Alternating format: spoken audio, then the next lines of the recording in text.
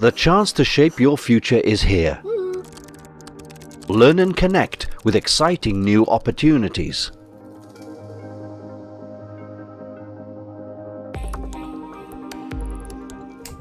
Are you ready for the next step?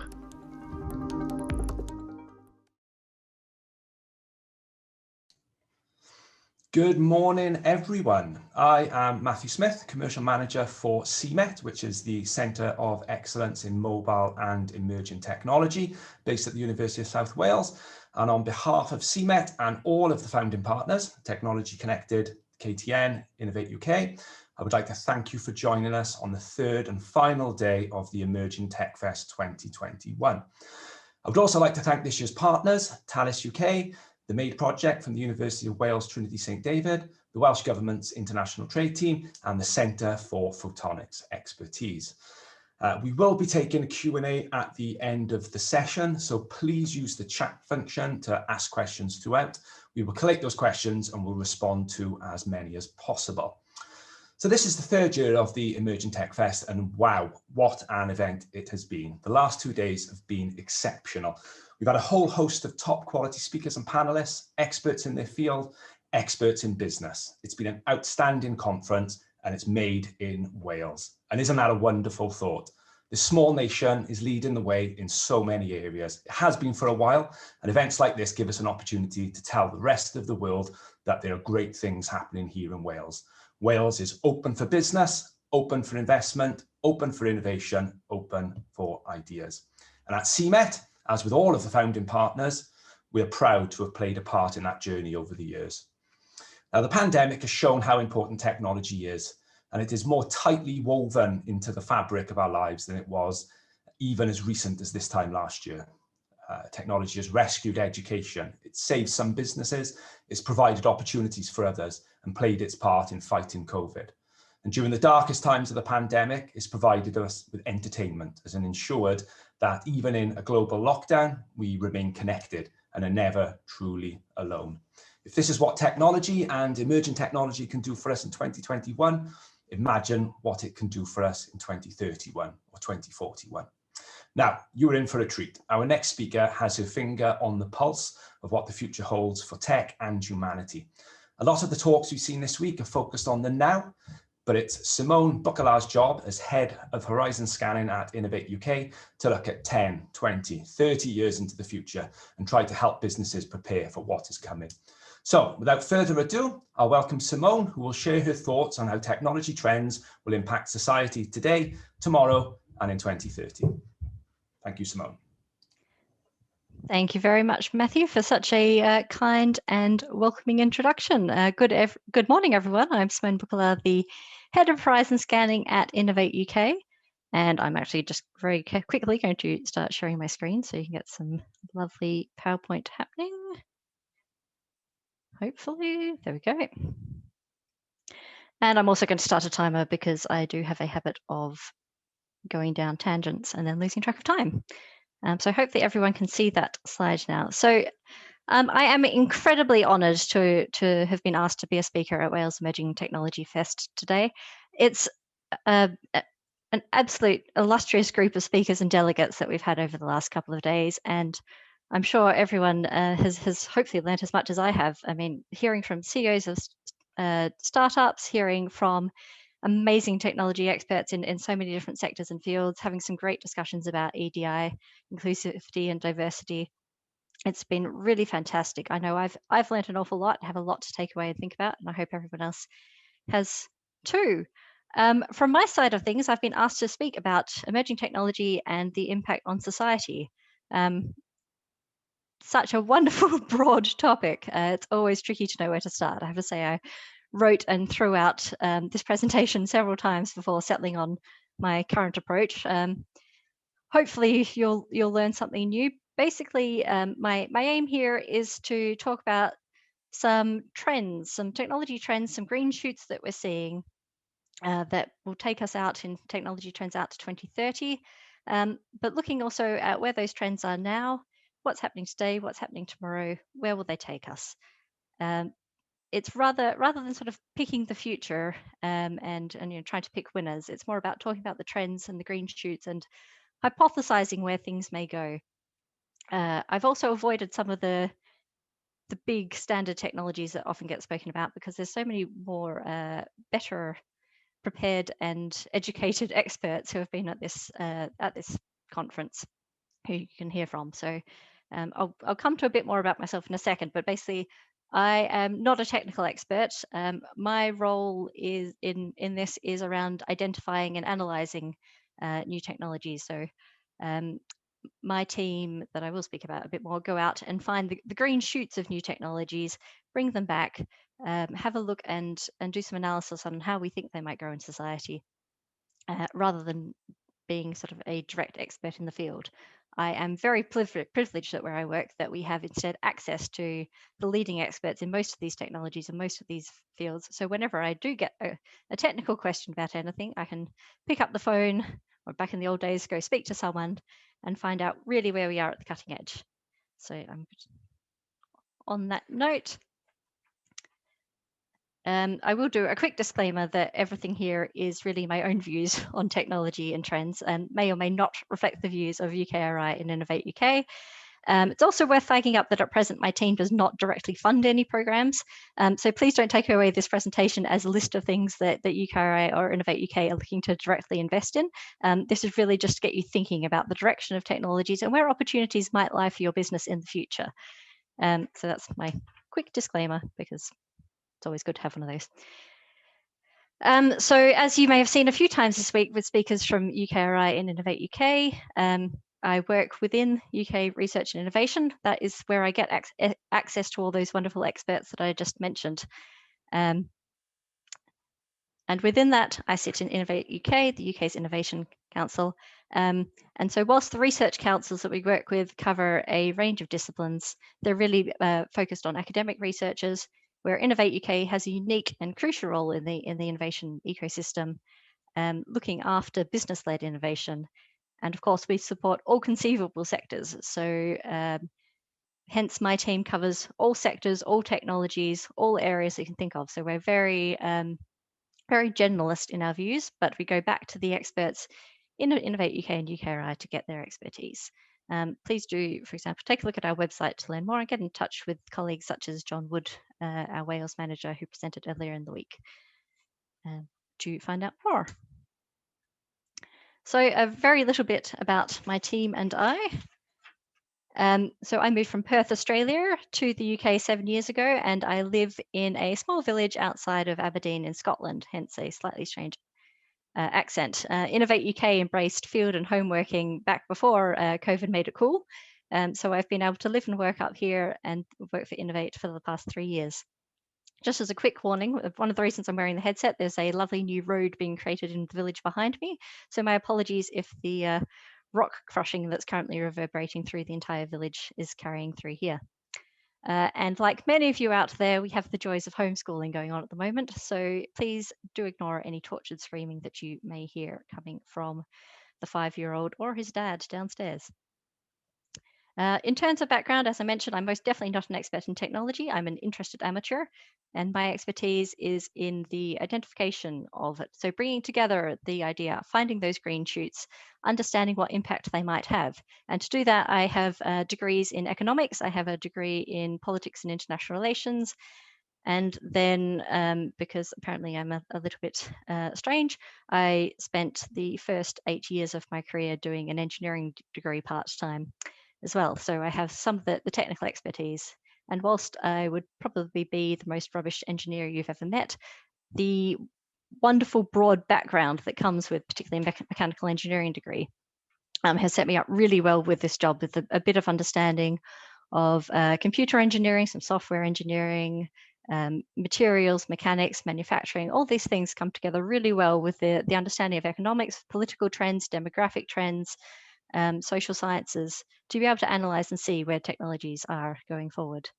Out of university, I spent a decade and a bit in the oil and gas industry, doing things like oil trading, project valuation, vessel chartering, mergers and acquisitions, and lots of strategy work. And particularly working in LNG projects, they are by standard really a 30 or 40 year project. So I did have the the training really from quite early on to start looking a long way into the future, which I'm very, very grateful for. And now, a few years down the track, yes, all that generalist knowledge is coming in incredibly handy. At Innovate, we cover all sectors, as I said, all technologies. We've had an emerging technology team in some form for the last 10 years, and we've been in our current form since I came into this role last April. So unlike some other horizon scanning teams in different organizations, we're not really in the business of predicting the future and building doggedly towards that vision. We're in the business of identifying the trends and technologies that may be important to industry in the future and supporting them and helping technologies overcome the boundaries that often hold them back from being developed at a rate that is most beneficial to society. To do this, we do scan for emerging technologies, and like many others, there is a list produced, but rather than stopping at that list, it becomes our input into the activities we do. It leads to things like the wonderful cell and gene catapult that's been set up in Wales many years ago. That came out of an earlier version of our emerging tech team, working with many others to identify that as a growth area. We work with the KTN to set up special interest groups in some of these very emerging technologies. And we work with the research councils and others to set up innovation and knowledge centres, such as the one in cybersecurity over in Northern Ireland. We are, however, in the middle of our sort of annual update of technologies. So this is, as I said before, definitely not a list of things we want to fund, just some things that out of that early stage of that process that I thought were quite interesting, that will have an impact on society, and that I thought people would hopefully find interesting to learn about. So when speaking about the impact of emerging technology on society, and because I'm an economics nerd, it's nice to have a framework. So this little version of Maslow's that you see up on your screen is kind of the framework that I'm using to go with this. So in the center, we've got the things that are key to life and to society. So the energy, food, and water nexus. And then going out from that, the next set of things that are important to us: environment, shelter, health. And then going one stage further in importance in life: connection and entertainment. And then you can't do any talk really about emerging technologies without looking at the externalities, both the positive and the negative. If there is, unfortunately, what can be used in technology can be abused, and therefore I don't think any talk on technology is really complete without having at least a brief discussion around some of those impacts. And a slightly interesting side note, so along with this conference this week, there's many others been going around, going on. It's been a really busy week in the world. I've certainly been jumping back and forth between different presentations, but obviously World Economic Forum in Davos is one of the big ones of this week, with lots of great discussion on tech and happening there, and the way that countries and politicians may be viewing technology companies in the future is changing some huge announcements around that there. But really overall, a very strong and important focus on technologies, emerging technologies, and how to help support the development of digital technologies and digital skills in the world going forward. To the point that President Putin from Russian Federation, when he was saying, a comfortable life now includes food, shelter, energy, utilities, and technological well-being, before he moved on to saying things like education, a sense of purpose, etc. So it's interesting to see how technology is moving from being something that was more on the peripheral of our importance to becoming really quite critical to human needs going forward. So that's quite a lot of havering. So I will move on and try and get into the bit that I think you're probably more interested in, which is some of these technologies and trends that I actually think are important. So kicking off, food and water, that absolute key part of our nexus, the thing that's really critical to life. And the food sector is a really interesting one. It goes through from agriculture and the original production of food through to a logistics chain, and then onto the hospitality industry, getting things onto our tables in restaurants, and these days deliveries and takeaways, and onto our plate. And we saw some great examples earlier this week of some of the leading companies in Wales around agri-tech in particular. And I know, for instance, that Innovate's funding quite a few projects around agri-tech, around particularly logistics, and also equally important, the nutrition side of things. So getting food to people carrying the nutrients that we need to be healthy, to make sure globally we can lift people out of food poverty and nutrition poverty through making nutrient intensive foods, etc. So in terms of the trends that I see as particularly interesting in this area, so the first trend I want to talk about is precision agriculture. So this is already well and truly out there in certain markets, but at the moment it's really being designed for large scale farming. Particularly the big farms in Australia, etc., which is where it first really came to my mind from as a person going to the old agricultural fairs in my hometown and seeing some of the technology coming through. But what I really like about precision agriculture and where it's going forward is that it's a combination of many technologies, and it's one of these things in emerging tech that when you see a perfect storm of technologies, that's when things really change. That's when things really take off and have an impact on society. And in this case, it's the bringing together of sensors, satellites, robotics, genetics research, etc., all being combined to improve the output of agriculture whilst minimizing the environmental impact. So this is sort of at the moment already and heading to 2025, getting down to an inch by inch scale of being able to take soil samples and be able to put in the right seed, the right quantity, the optimal really quantity of seed, of water, of fertilizer, of pesticide, which has then the effect of really reducing as far as possible our use of pesticides, our use of water, all of these precious resources. So the trend out to 2025, I think, is taking these technologies, taking them to the next level, and then also scaling them down to be practical for small farms. And then when we take that out to 2025, I think, certainly the satellites and the robotics, we then see the implications of reducing labor costs and doing by using robotic picking and all sorts of things like that. A second trend that sort of actually fits two trends that I kind of want to speak about is the engineering biology trend in this space. So that is using engineering, combining it with sort of fundamental biology science to create effectively new things. So one of the things that's a new one, that's this lovely chicken nugget pictures here. This is a photo taken from San Francisco-based startup Eat Just, who have just had the first approved lab-grown meat. So the Singapore government approved their lab-grown meat for consumer usage in December last year, December 2020.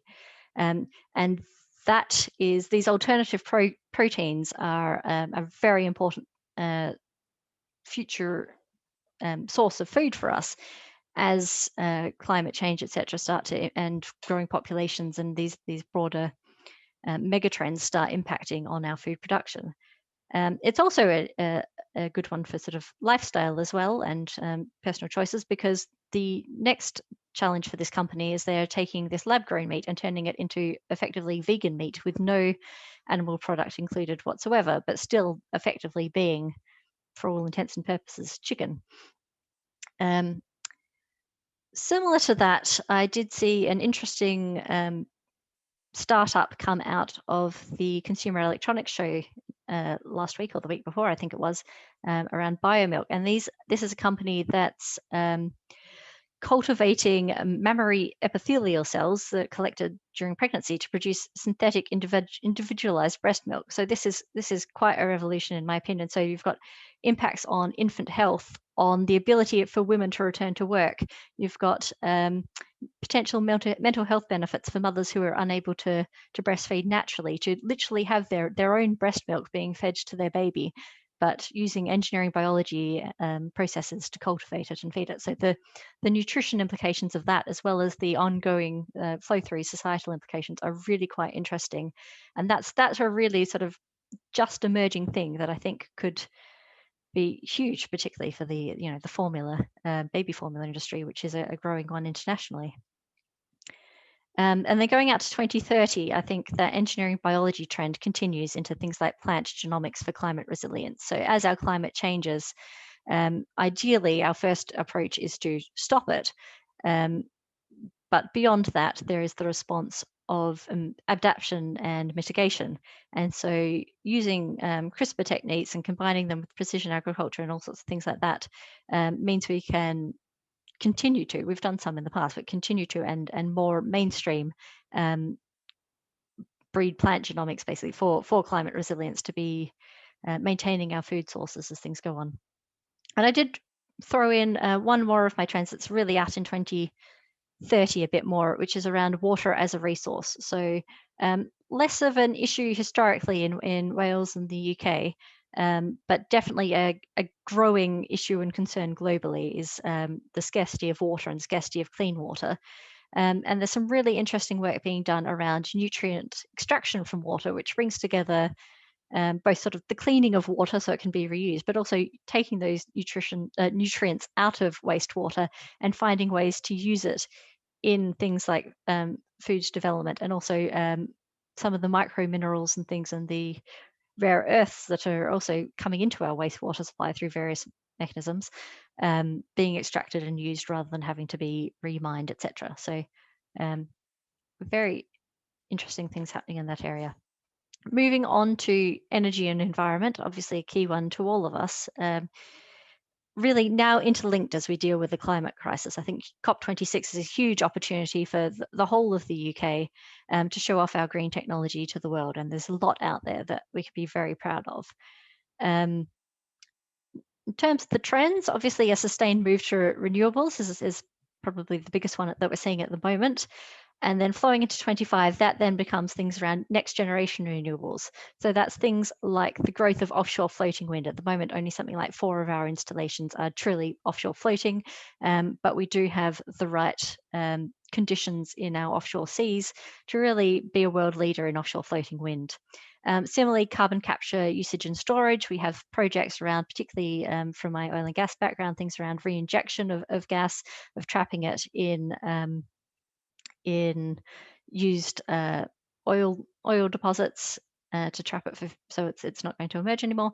And this has some, I'm going to jump sort of straight to the 2031 for this one, because I think there's some really interesting implications of carbon capture, use and storage. So there's some, for example, there's some great work going on around use of asbestos tailings from the mines that have been shut down for many years now from the problems that asbestos causes.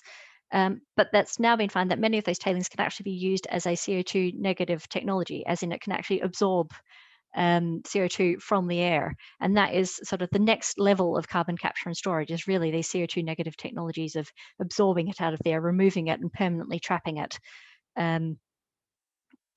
So some really interesting work going on there. The second trend, I think, in this area, as we're all very aware, alternate fuels, which includes hydrogen. So this is our literally sort of a transition from gas, from methane type gases, natural gas, over to hydrogen across the economy, in industrial purposes, in heating purposes, in housing energy, as well as we'll come to it again in mobility, but in cars and aircraft and all sorts of things. That is a trend that is starting now. It will certainly grow by 2025, and by 2030, the implications and so the infrastructure change required, the fundamental change of our energy system will be really quite significant. And that leads me to one of my third trends, which is a bit of a niche one, but I find it very fascinating. And these are some of the grid scale technologies that are out there. So this is things like room level wireless power transmission and charging. So at the moment we've got our lovely, wireless thing. When you could go to an airport, you'd put your phone on the bench, and there's the wireless inductive charger and things like that, and you can take your phone away. There's technology being developed to be able to do that at room level, really. So your phone can charge from wherever you are. Your batteries can be, and your devices can be run off energy of sort of power sources that are the room effectively. At the moment, it's struggling to be doing it without cooking people, but it's in development. And then we've got things like large scale smart grid control. So this is and I'll come to a bit later in my sort of housing and mobility stuff as well. But this is things like being able to you drive your car when we need to again, driving your car to the shop, to the train station, to wherever, and then leaving it there. And it basically sits at the moment as a contained energy cell. Whether it's combustion at the moment or an electric car, it just sits there and it's kind of inert as it is. But as we move to a basic electric car as standard, you've got the opportunity to use these as part of the grid. So maybe you drive to this space, your car discharges into the network, the national grid uses that energy for the day, and then through the benefits of smart communications and Internet of Things, your phone knows when you're on the train or etc. coming back towards your car, rapid charges back into your car, and you can go away. So it's rather than creating more energy than we need that's just sitting down captive, how can we minimize that by using and charging and discharging into a two-way grid system network. So moving on to shelter and mobility. I think one of the key trends at the moment is around, again, green retrofit. So in where we live and how we get around, there's so much change going on at the moment. We know one of the biggest issues we have at the moment is our old housing stock in the UK. It's some of the oldest in Europe, and it's really quite poorly insulated. It's highly energy inefficient. And in order to get our emissions down to address the climate crisis, etc., there's a lot of work that needs to go into that kind of area. And then extrapolating that onto 2025, I think, as I said a moment ago, it's getting to sort of electric vehicles as standard, and hydrogen electric bus fleets at city level as standard. And to facilitate that, lots and lots of infrastructure building. So there's, I think, a lot of infrastructure work that will need to happen across society over the next 10 years to enable some of these changes that need to happen. But I think we've reached a point in the world where that really will happen. There's lots of opportunities there, I think, to be aware of and to get involved and take up. And then taking that sort of electric as standard and alternative fueled vehicles trend through to 2030, we get to play around with things like alternative powered flight. So the electric flight challenge that we have out at the moment, hydrogen powered flight, all sorts of things. Maybe a return, even in some places, there's lovely talks about return to air blimps as the mass transit to transatlantic mass transit back to airships of yesteryear, but with a modern twist, so they're significantly faster. It's not going to take you 9 days to cross. Really some interesting things happening in that space. And then the final trend I want to talk about in this area is smart homes. I think all the Alexas and things that we've got now, and that getting taken to the next level, your fridge automatically ordering things for you. There's another interesting device out at CES 2021, which was the Toto Wellness Toilet, which samples your waste and recommends dietary changes. Now we can see that in a world of smart connectivity, that's going to then communicate back to your doctor, perhaps, who then helps to recommend the diet, that then talks to your fridge, which then checks your grocery list and then recommends back to the shop what you should be ordering. So many questions then arise about how far we want to take this and how far it will go. But the technology is certainly out there. And for those who are interested and who it may have a use for in their life to help, say, deal with maintain their health with diabetes and things like that, these are some very interesting and useful technologies that play out. And then, as I mentioned before, with the cars, I think this is shelter and mobility is another one where that two-way grid connectivity becomes potentially quite standard. Energy in, energy out, everything connected and talking to each other. And on that note, I will move on to some health and well-being type stuff. So Wales is an amazing centre for cell and gene therapies. I think there's brilliant work coming out, and that will continue to have impact over the next decade. Another key area, obviously COVID related in this area, mRNA work happening in the UK has enabled us to have some of the rapid vaccine development that we've seen.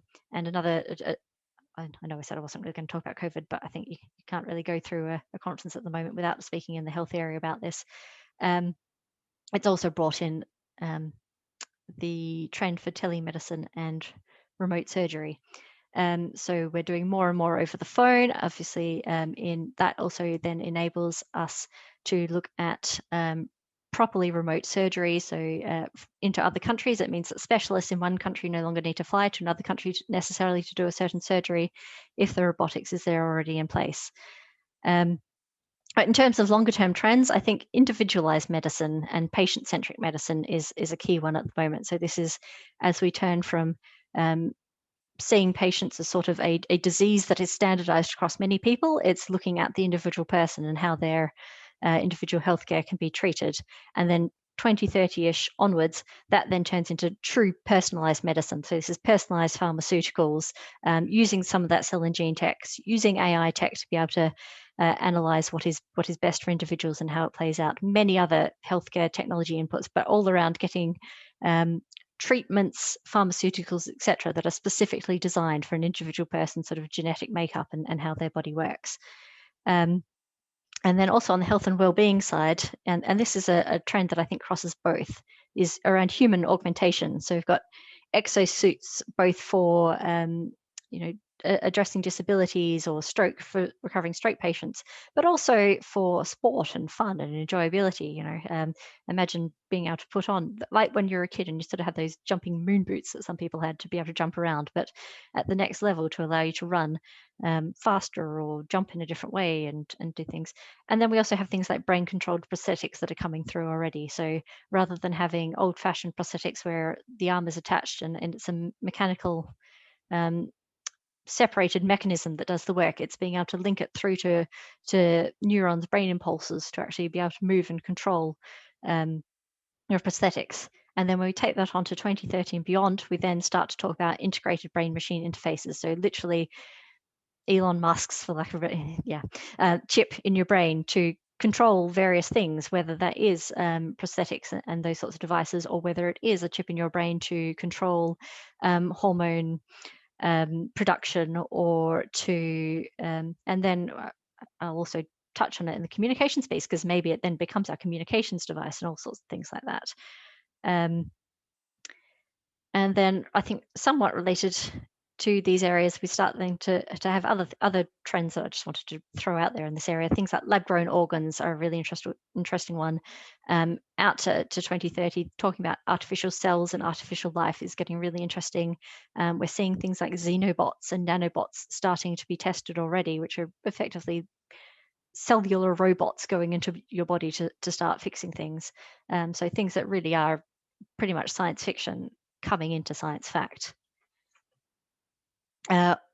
Touching very briefly, because I am talking quite a lot, I'm afraid, on connection and communication. So I think the clear trends in this area, 5G turning into 6G and beyond, although I don't think anyone really knows what that is right now. And basically technologies to enable trend 2, which is really the Internet of Things, which is connecting everything, going from smart devices to smart everything, through to 2030, where we'll have smart dust, which is really the particle, dust-sized, really tiny microscopic level sensors that then become effectively what we need in our smart device. So the kinds of sensors and things that are in your smart things right now that are shrunk down to absolutely tiny size, which enable all sorts of new interactions. And I've really spoken, so I'm going to rush through my last few bits. My apologies.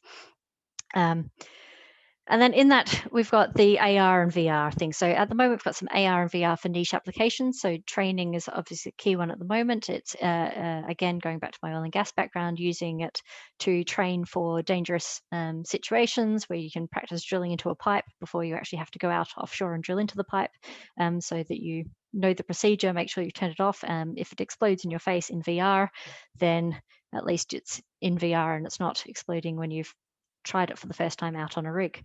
That is going to become a huge a trend going forward, I think, both for an expansion of augmented reality, virtual reality in daily life, going through to fully immersive, which is things like contact lenses that put the AR and VR directly on your retina, coming up with all the information you need around the world around you, whether that's flashing up when you open your fridge, the expiry dates on the packets, or when one day we're walking down the street again and we're trying to catch a bus to get somewhere, and it will flag up whether it's the bus you need, all these kinds of things. So really some interesting stuff. And as I mentioned before, so the human augmentation for communication comes in there. So things like neurochips as a phone, smart tattoos as a device, which I'm just going to touch on my very last, I'm going to rapidly going through it, sorry, my very last area of trends, which is the entertainment and education part of life.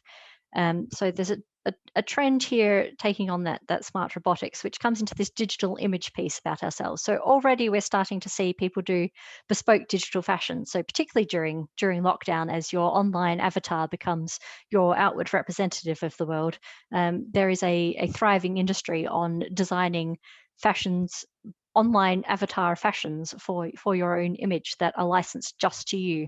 And then we can see this emerging in the longer term into things like smart makeup and smart tattoos. So I did speak about smart tattoos, which is really tattooing things on as devices, but it's also smart tattoos maybe in the way of being able to have skin augmentations that change patterns and change shapes.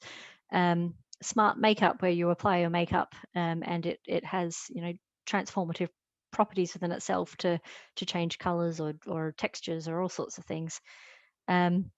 Going back to that AR and VR trend for training and practicality in life, that then plays into the changing audiences and experiences we're seeing already. So streaming services now with interactive content and AR and VR games are now becoming really ultra realistic and immersive gaming, extended reality, through to really fully immersive AR and VR in our life, as I mentioned.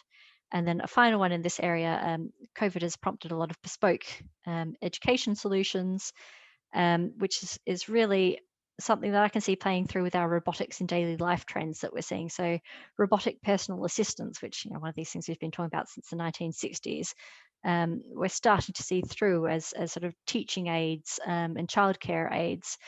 So not replacing human interaction, because I think that lots of the studies through are showing that's still critical, but it's supplementing and complementing the work of a teacher. So when we're back in the classroom, it's having, a teacher, for example, my primary one student in my household, having the teacher and the aide, but then maybe say one or two robots, so that the children get a bit more one-on-one interactivity with, if not a teacher, at least it's a device that can help them and correct them. And these are very becoming increasingly lifelike and emotion response ones, which when you're dealing with kids are really important. And so, oh, I forgot to change my slides. My apologies, everyone. That didn't go so well, did it? There's some lovely pictures for you all. And to close out, as I said, tech comes with the dark side. What can be used can be abused. Cybersecurity is absolutely vital going forward. Privacy concerns, social credit systems in different countries coming through, ethics issues. We've had some great discussions lately around operating systems updates, obligations for human augmentations. What happens if a provider stops supporting your embedded chip? That's quite a huge cognitive warfare. There's a really interesting NATO innovation website which is open for submissions around cognitive warfare, which is the manipulation of populations. But then I'm quite excited about this, because I think we're starting to move to a point where we're being more proactive around looking at the dark side before technologies come through. We've had many fails in the past, I think, as society and as government, etc., and regulators, that we're slowly starting to learn from and address. And overall, I'm going to leave you on the positive note. I think technology, the benefit of it is that it does overwhelmingly lead to a healthier, happier, greener life. It is the solution, in my opinion, to not needing planet B, etc. And therefore, yes, let's keep on finding opportunities, keep on building the science and technology and seeing where we can get to. And I will ask that if you want to learn more, please contact the KTN about our Future Glimpses workshop, which is where we have discussions with industry people such as yourselves around the opportunities you see in your area and the opportunities you might see in other areas, and looking at these longer 30-year plus technologies. So I will stop my share there. Thank you all. Thank you for letting me rabbit on. I'm sorry for going so long. We've got a very short time for Q&A now. Thank you, Simone. That was absolutely fantastic. We have a couple of questions in, and I've got plenty if we have the time. We've got about 5 minutes for a few questions. So the first one that's come in, Simone, is It's talking about social media platforms, and obviously, fake news is rife through those platforms. So, do you expect new social platforms to emerge that focus more on privacy and being fake free, or at least claim to do so? To be honest, from listening through the last week of the World Economic Forum and some of the speeches given by Ursula von, I've forgotten her name terribly. So the head of the EU, from Vladimir Putin, from who else did I see speak? The president of China, etc. All of them mentioned the problems with large tech companies, and specifically the challenges that are being caused by the spread of false information across social media platforms. And all of them mentioned the combined efforts required by global governments to address it. So whether it is by consumer choice or by government regulation, I would strongly suspect that we will see a change in social media platforms in the near future, because it has gone beyond just the deep fakes questions. I mean, there was a statistic given in one of those talks that fake news travels 6 times faster than the truth because of the algorithms behind it. So there's a key question about why are these algorithms effectively spreading fake news faster than the truth, and what needs to be addressed around that. And that's sort of on the tech platforms themselves to address. But then there is this regulation piece about what is freedom of speech, how far can you go, and many comments from a few of those leaders about what is illegal offline should be illegal online, and so I think yes, there's a forced change, but also starting to be a consumer-led change, I think, as well, because we're all starting to wise up to some of these issues, and want some of that change to come through. So yeah, interesting times ahead. Yeah, absolutely. There's another question from Paul, which is talking about the struggle to enable companies to become aware and gain access to the latest and future technology solutions, and the struggle there. Can you provide some guidance on how you can make that process simpler? Hopefully, I think, again, reforming our team after it was sort of shut down for a while, that is one of our key areas that we're looking at within the team and within Innovate and UKRI. And we're working with our public engagement people, with the KTN, with others to really address that problem, because it is a huge one. There's so much going on out there. There's so much information. How do you keep up with it? How do you know what's relevant to you? And also, how do you find out about things that aren't in your area, because you don't really want to spend too much of your time looking at things that might not be relevant. So that's things like our Glimpse of the Future event that we are planning to hold monthly going forward. We hope that you might come along to those. They will be free. They are hosted by the wonderful folk at the KTN, and they provide a lot of room for discussion for us to share our knowledge.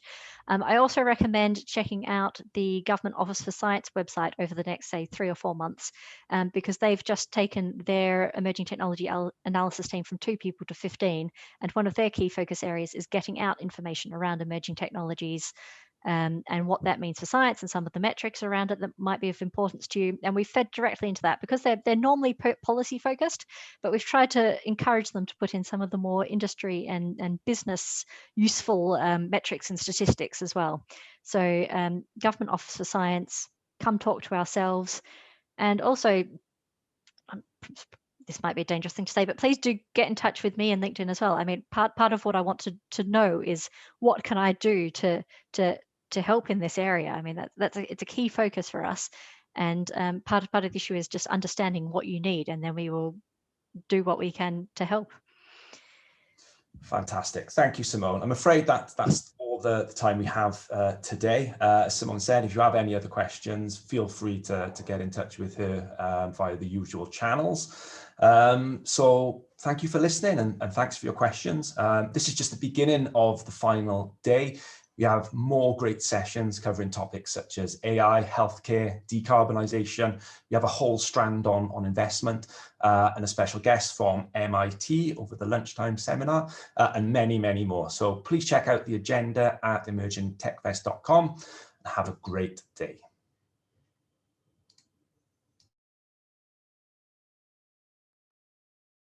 Thank you for joining the Emerging Tech Fest. Join us again on our virtual live sessions or watch us on playback anytime, anywhere.